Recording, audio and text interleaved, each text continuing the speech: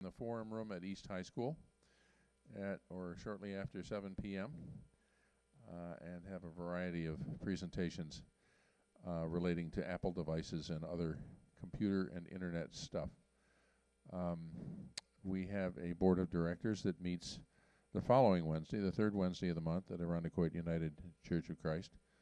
Next month, we will be having our annual business meeting, and including elections for that board.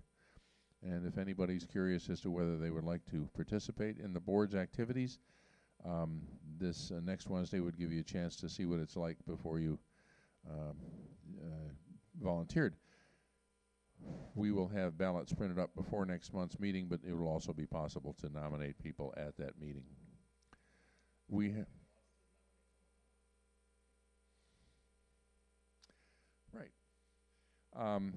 also have a Green Apples meeting at Bob Hoey's home on the Saturday following the meeting. Or are you moving that to the third Saturday of the month now also, or are you just doing the one following the meeting? Well, most of the time, the third Saturday. So it is going to be on the third Saturday, and that will be this Saturday, to which I am going to get in just a moment. I'm there. We have a question and answer session at the JCC from 3 to 5 p.m. on the third Saturday of the month, which most months will be the Saturday following the general meeting. If you're interested in working on any sort of topic, Apple-related topic with Bob, give him a call. His number's on the CIDER homepage. We have a shopping link through Amazon Smile, which gives us a little bit of whatever you spend and doesn't raise your price. So you can do that. We also stream the meeting on YouTube. Anything else I forgot? Tonight we have Phil Dampier joining us. Thank you very much, Phil, to talk about net neutrality and cord cutting and other related stuff like that. Jerry, are you also doing part of the presentation, or are you here observing? Well, glad you're here. He's next month, so thank you. And then Steve will be doing a Q&A, probably to start things off, and Apple News. And then at some point in the meeting, I don't know whether it's before or after the break, you're going to talk about Duet. I actually went and got that also. And it's interesting to look at your iPad and poke at it and be doing things on your Mac. I guess that pretty well covers it. Restrooms are across the hall for ladies and down the hall for men, where I'm going to see if the custodian has unlocked it. Thank you.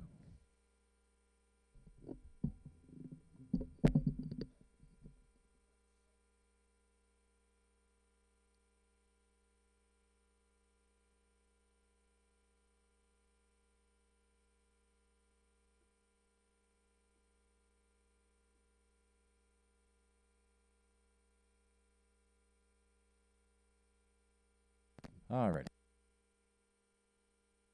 Turn off the up for now. This is the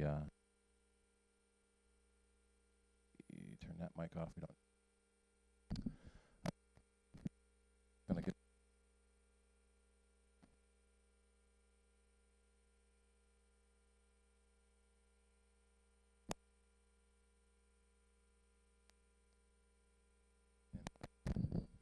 Alrighty, here we go.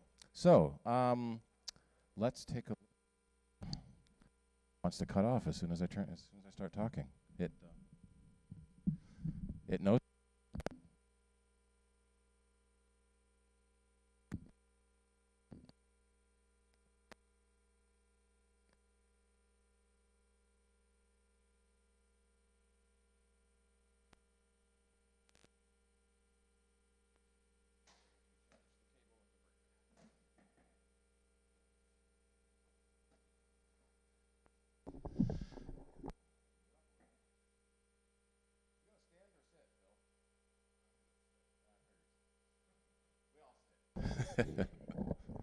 My boss is trying to get us all to do standing desks, and she's actually got a bicycle, stationary bike for a stand, which is okay if you're sitting at the desk all day long, but we're up and down and tearing computers apart and back and forth, it's not really good for us.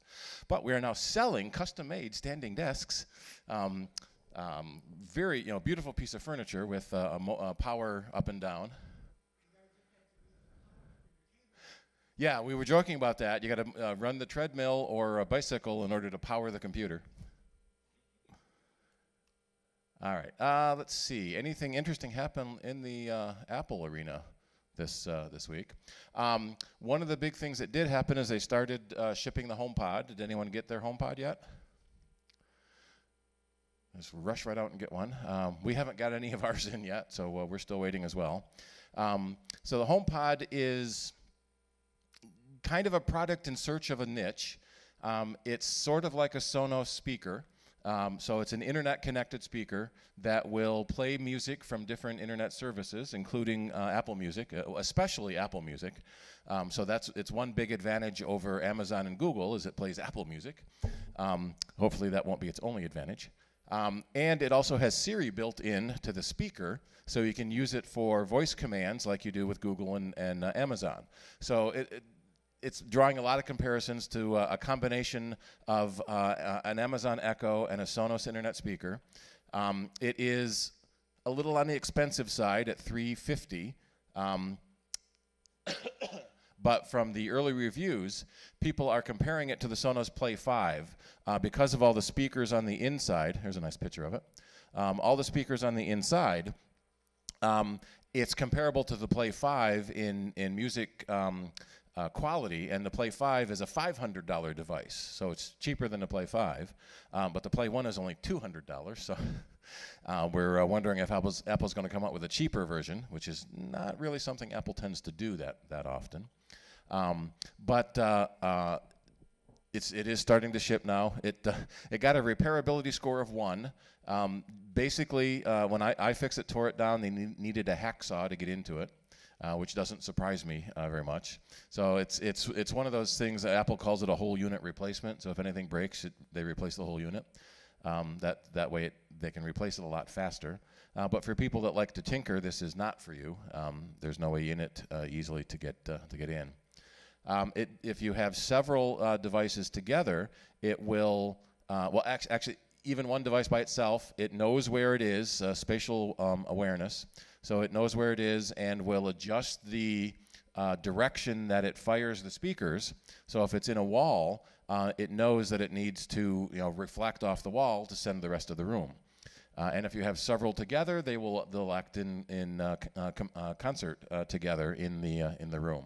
So it's kind of an interesting device. It is right now the only one that can access Apple Music.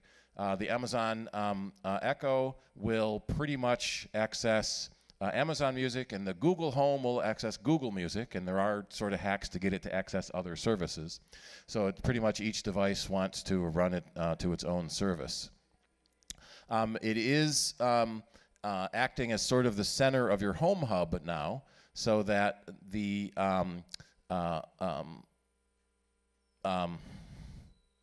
what's the word I want? HomeKit. The home automation devices, smart light bulbs and smart thermostats and things can now all be controlled as well. So it's kind of neat science fiction where you get home and the house senses your phone. The GPS in your phone knows you're driving in the driveway. So the garage door opener opens, the light turns on, the thermostat warms up. In fact, even before you get home completely, the thermostat could raise a little bit because it knows you're on your way home, and you can automate your house. Say good night, I'm going to bed, and it turns everything off and does everything the other way as you go up to bed. Rick?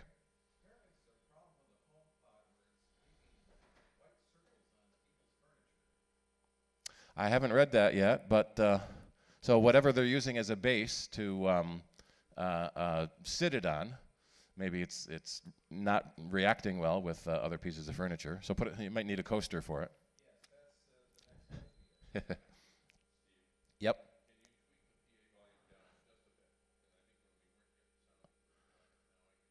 Okay. How's the internet going? That's a little low, isn't it? I can raise the internet up a bit. So I don't want to peak it off too much. Okay. Let's see. Apple quarter results. Apple sold more of anything than they've ever had. Oh, George? No, the HomePod is a one-time purchase, but for the Apple Music subscription, that is a subscription service.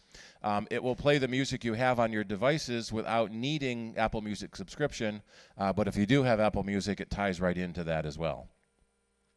Yeah, the quarterly results, they sold more of anything than ever. If you broke down each of their divisions, iPhone and iPad and Mac, they would be Fortune 100 businesses all by themselves. They've got a ridiculous amount of money in cash in the bank, approaching $300 billion.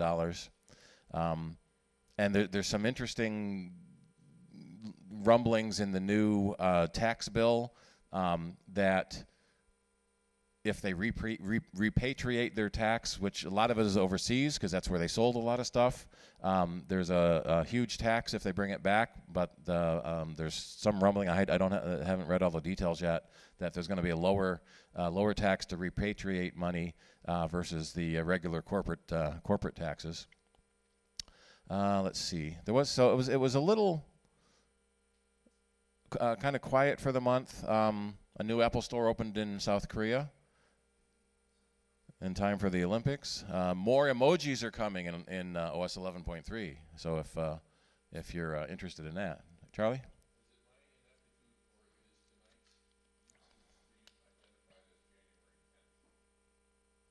I thought I fixed it. Oh, I didn't fix it on YouTube. Thank you. So I got to add something to my list. I fixed it on the stream itself. Pardon me just a second while I log into my dashboard. Let's see what happens if I change it midstream. So if you aren't familiar, we do a simul stream of the meetings, and so you can watch on YouTube. If you're not at a meeting, you can watch the stream, and if you want to, you can watch it again later. And I forgot to update all of this too. We're going to do cutting the cord with, cord with stop the cap. Can't talk and type at the same time. And what was the screen thing we're doing, Charlie?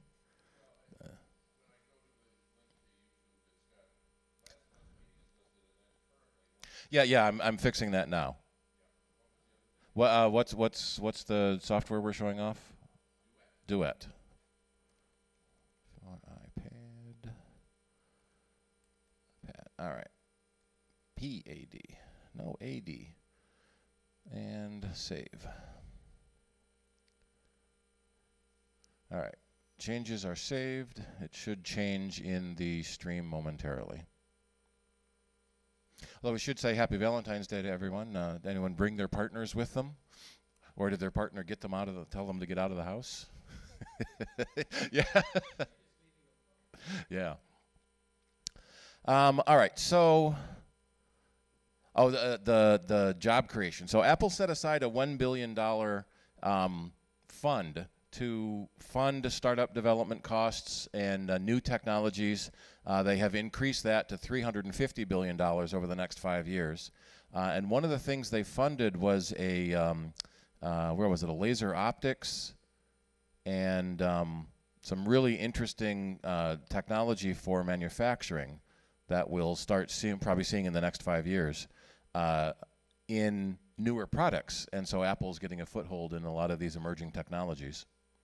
And so they're going to spend, $350 billion, and right now they employ 84,000 people, and so they're going to be able to get more job growth. When Apple includes all app developers, sometimes when they talk about how many jobs Apple has created, and they talk about they have over 1 million jobs that Apple is responsible for.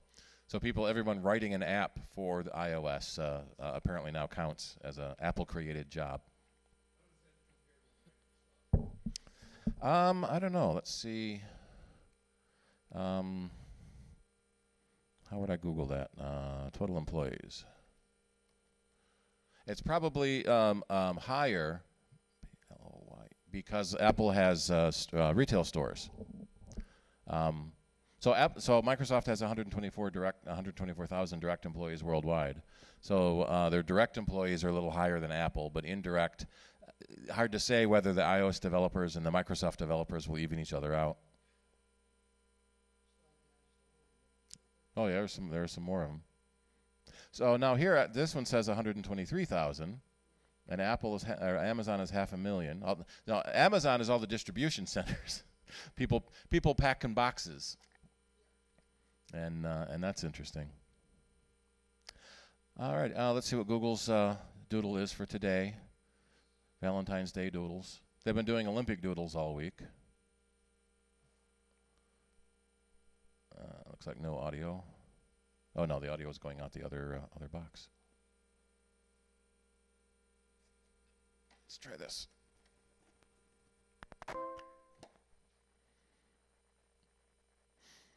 So Google does these little doodles on important days or anniversaries of things. And all this week they've been doing different Olympic events on their doodles. All right, anybody else have any newsworthy items they want to talk about? Anything interesting happened this last month? We get all the big news came out of CES. We're going to have Todd Bernhardt talking about some of the CES announcements upcoming. The weird thing about CES is it's all the products announced for this coming Christmas, if you're lucky. So there's a lot of cool stuff being shown, but none of it is going to be anytime soon. Alrighty, why don't we transition into Q&A? Anyone have any questions? Yeah, Charlie.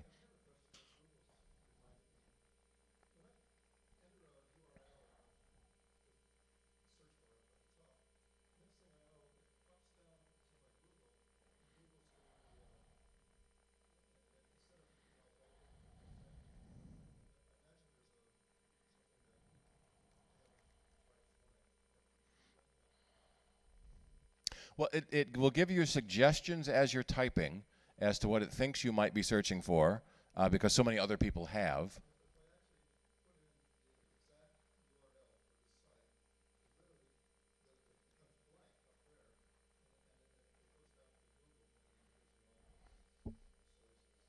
Is this in Safari or Chrome? Yeah, if you type an address, it should take you to that address. If you don't type a valid address, it will do a search. When they unified the address bar and the search bar, they switched it from instead. So if I type just Ford, I technically should get an error, page not found, because that's not Ford is not a valid web page. But instead, they intercept it and give you a search. So that may be apparently what's happening is it's doing a search instead of a.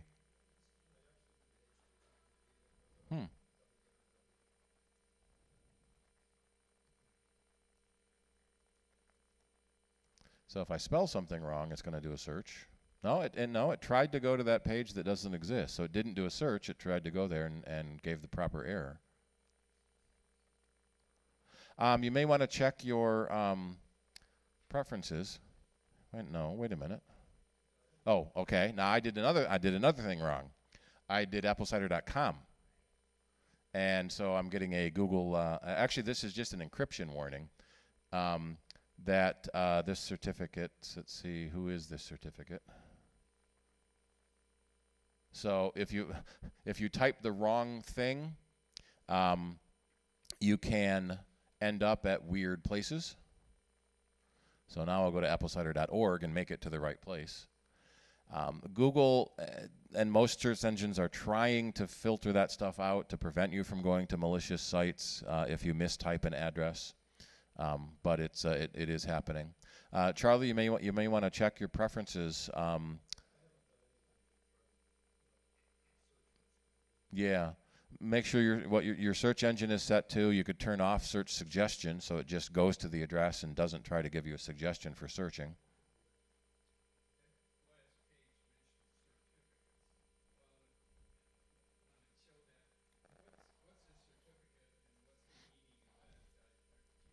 Yep.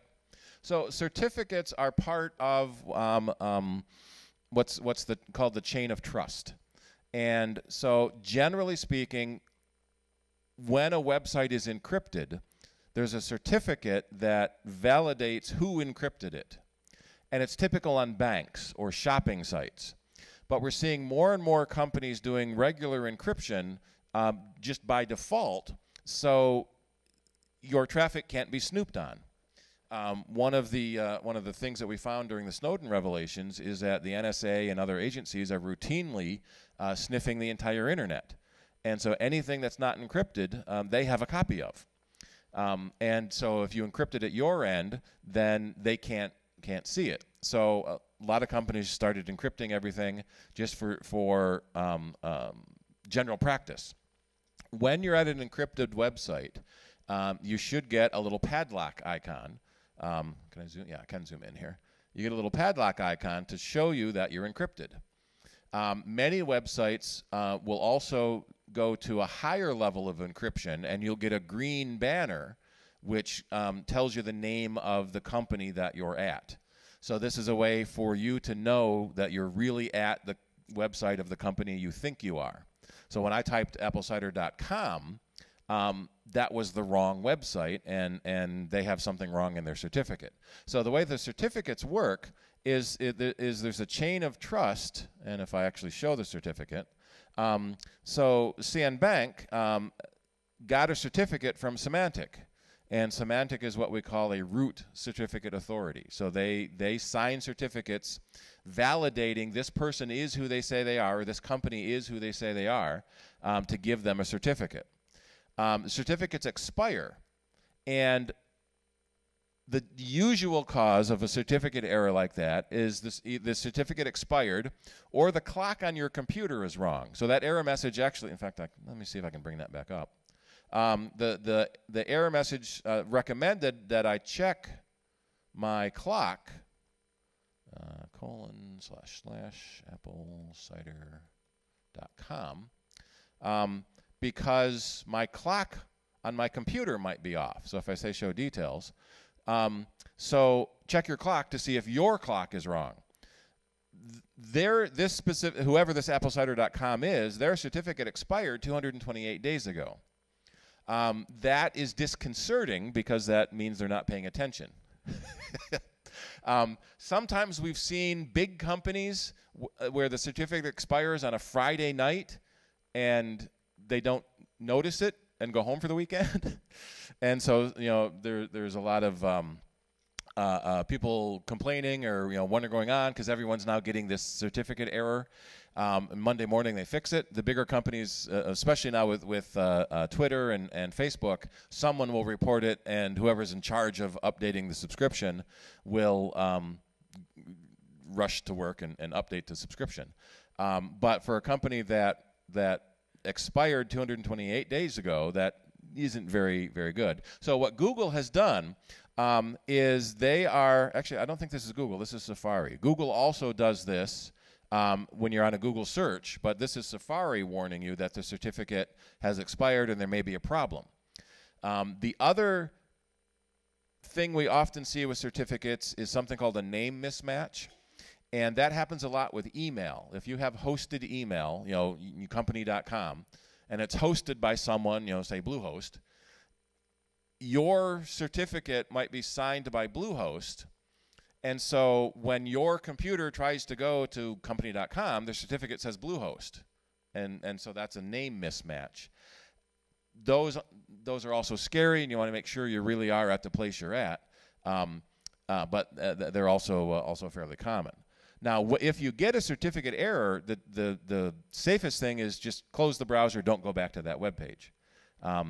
Call somebody. Call us at Soundbites, and we can look into what the error message is and why that might be happening.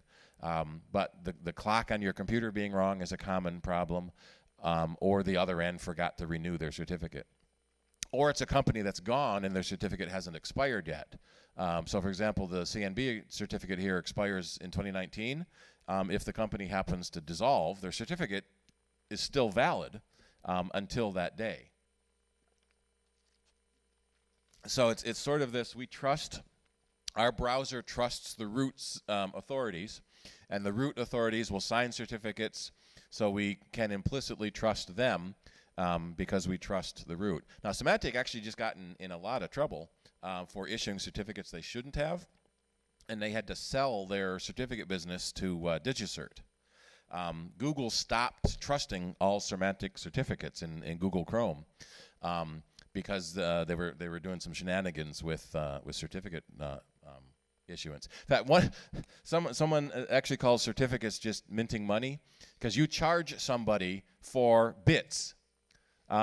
You call them on the phone, make sure they really are who they say they are, and then you charge them. In fact, it was VeriSign, one of the first companies to do certificates. It was thousands of dollars for a certificate, and every year you got another couple $1,000s from them to prove that they are who they say they are, and then you just sit back and rake in the money because the bits are there.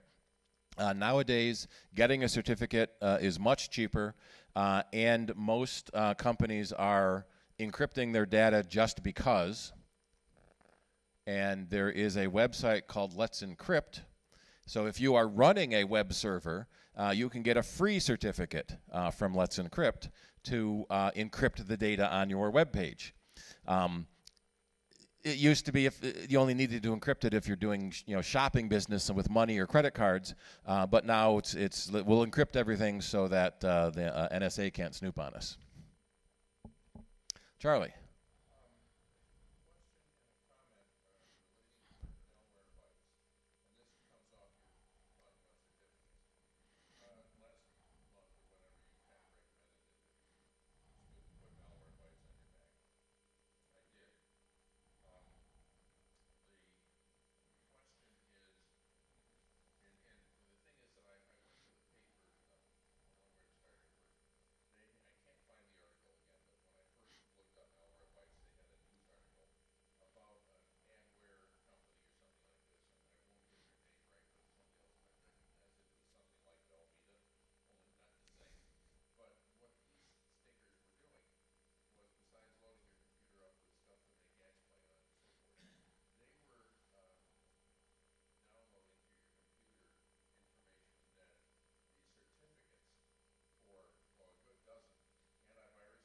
Mm-hmm.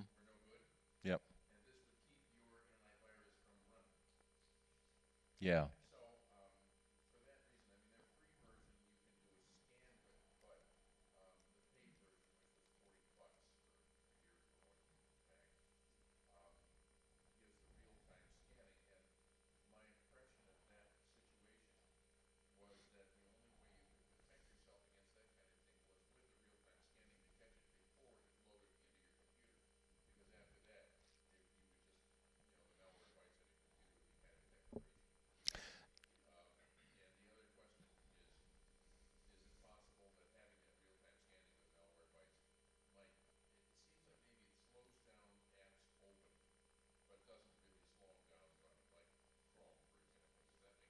Yeah. So there's a couple of questions in there. Malwarebytes is a common, well-known anti-malware program for Mac and Windows. We are seeing a steady decline in viruses as a concept, self-replicating code that infects your computer and delivers a payload, and malicious software or malware in the form of advertising. So we call those malvertisements. Malicious advertising is getting to be much more common. And what happens is you go to a website and you will get an ad on the website. So virtually every website has ads on it. And what happens is I can get a website. So good guys buy ads on websites, and that's how the website pays for itself. So in most cases, you go to websites for free. The website has to pay a lot of money to exist, and so they get that money from ads. And so the bad guys figured out they can buy ads too. I kind of like this cartoon here. The bad guys can buy ads, and so there's fake ads that come right alongside the real ads. And because it's an advertiser network's get infected with this malicious advertising, it will show up on legitimate websites. BBC, Ford, CNN, Forbes. Forbes had a big problem last year with advertising. And usually what happens is someone will catch it and it will get removed from the website in a few minutes. But in those few minutes, 1 million people could have looked at it, and of those 1 million people, 100 of them could have clicked on the link. And most of the time, the fake ad we're seeing now is for fake viruses. Let's do fake virus ad. And so what happens is you get an ad on your website that pops up, really big and really scary, that you're infected with a virus. And oftentimes now they'll talk at you, and it basically reads what's on the screen. Don't turn off your computer, or your hard drive is going to be erased, or the FBI has logged your IP, and we're going to come and arrest you. Well, they don't warn you before they're going to come and arrest you. And they all want you to call the phone number. And these are fake tech support. And what happens is you call the phone number. They want remote access to your computer to fix the problem. And then they rummage around and find your banking passwords and find your Amazon password. Or a lot of times they just ask you for your passwords and you give it to them to clean it out. They go to great lengths to scare you, to convince you that you're infected or you're being hacked, and to turn over your credit card information. And so these malicious ads are getting much more common. Some of the malicious ads can actually download software in your computer that gives you more ads, and the more frequently malicious ads. And I don't know if there's a list of malware that Malwarebytes tracks. Let me see.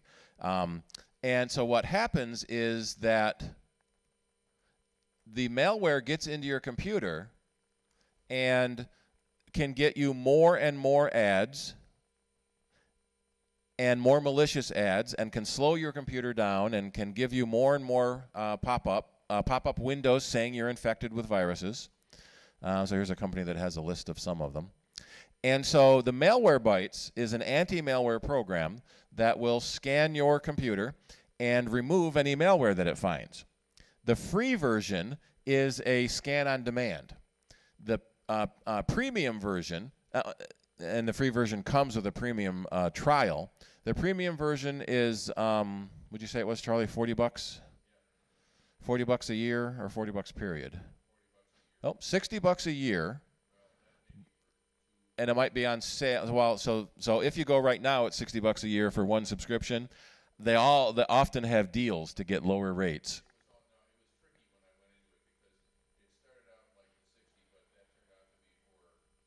Oh, I've got 3 devices. Let me say 1 device. $40 for 1 device. And the premium version is a real-time continuous scan. So if something tries to get into your computer, it stops it from getting in. A lot of people like that protection because it stops it before it gets in, instead of waiting for it to get in and then running it to remove it.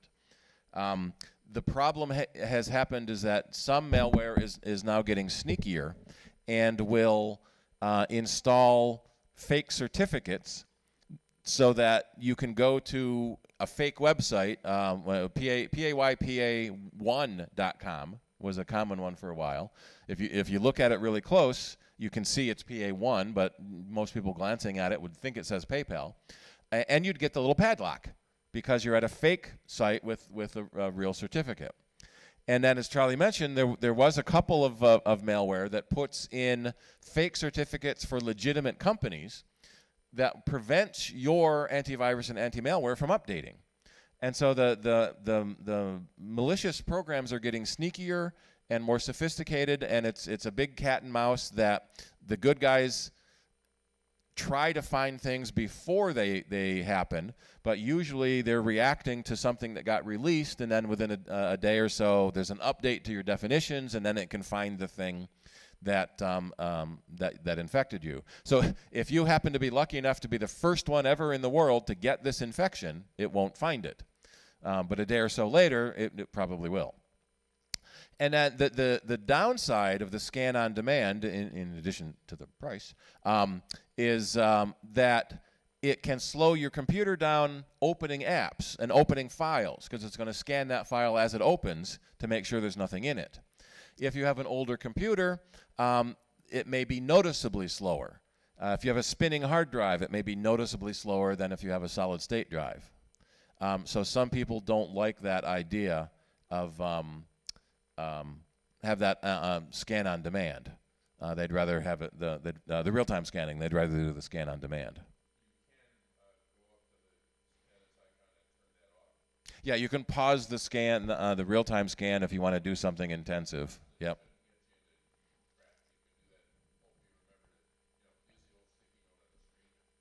Yeah. Doesn't it have a resume in an hour or something like that? Some of the scanners will do that. So when you're installing a program, most programs in the installation instructions will tell you to turn off your antivirus and anti-malware, because it's tricky for an antivirus program to recognize a good program being installed versus a bad program being installed, because it's very, very similar.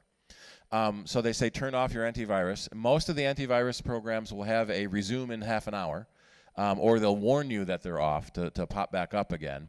I don't use the premium version of Malwarebytes, so I'm not sure if it does that or if it has that option. Yeah. Or it's one of those tiny boxes that you just don't notice. And one of the things that we hear frequently is people are under the mistaken impression that the Macs can't get infected. For a long time, that was true because there are no Mac viruses. And so depending on how pedantic you want to get, there are no Mac viruses, but there are Trojan horses, there are fake ads, there are malware that can infect your machine.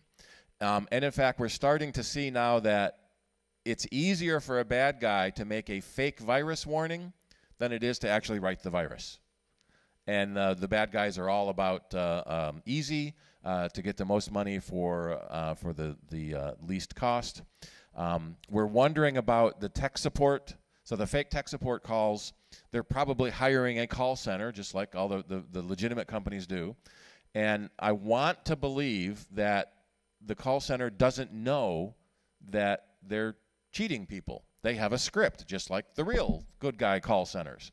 You know, we do this, we do this, we do this, and this is how we fix your problem. I want to believe they don't know, but they have to know. All right, another question?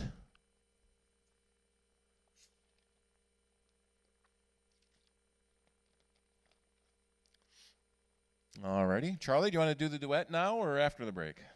Well, do you have it, I have to launch it on my end, don't I?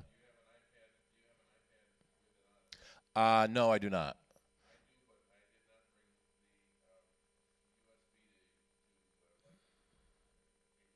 Oh, shoot. I have a 6-inch one in the car. Yeah. Anyone have a USB to Lightning cable with them that's longer than 6 inches? And I will launch the Duet program here. Carol is... You do not have it installed on that?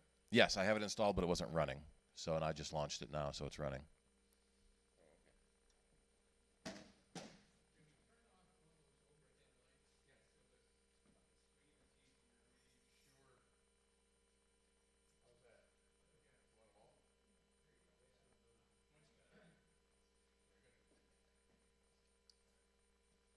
Found a cable?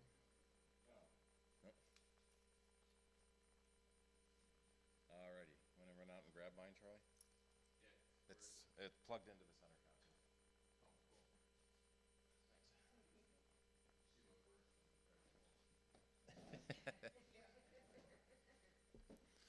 All right. And Shirley will keep an eye on you, too, so you don't race off with her car. All right, so what we're going to be showing off here in a minute is a program called Duet, and it is a really interesting program that turns your iPad into a second screen for your computer. And because the iPad is a touch screen, it gives you a touch screen for your Mac.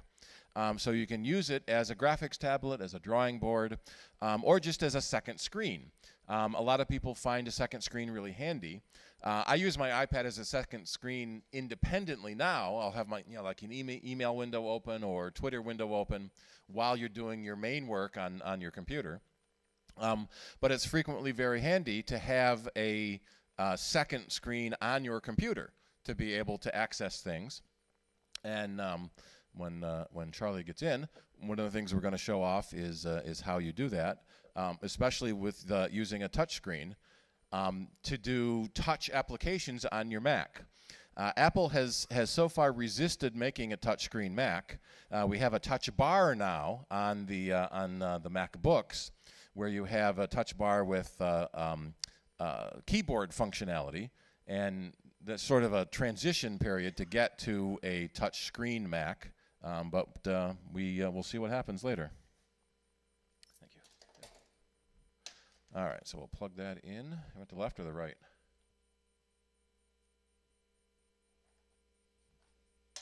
Oh, you got a USB-A is over here.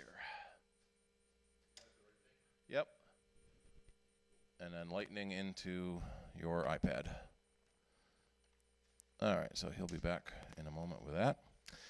The Duet application runs in two, don't need that camera at the moment. Runs in two parts. There's a part that runs on your computer, Mac or Windows, and there's a second part that runs on the iPad itself. Works with all Mac desktops and Windows computers, 10.9 or Windows 7 and higher, and works with iOS devices with iOS 7 or higher. So it goes back quite a ways in its compatibility options. And let me see. Yeah, Charlie's got to get Duet on his iPad. Let me see what the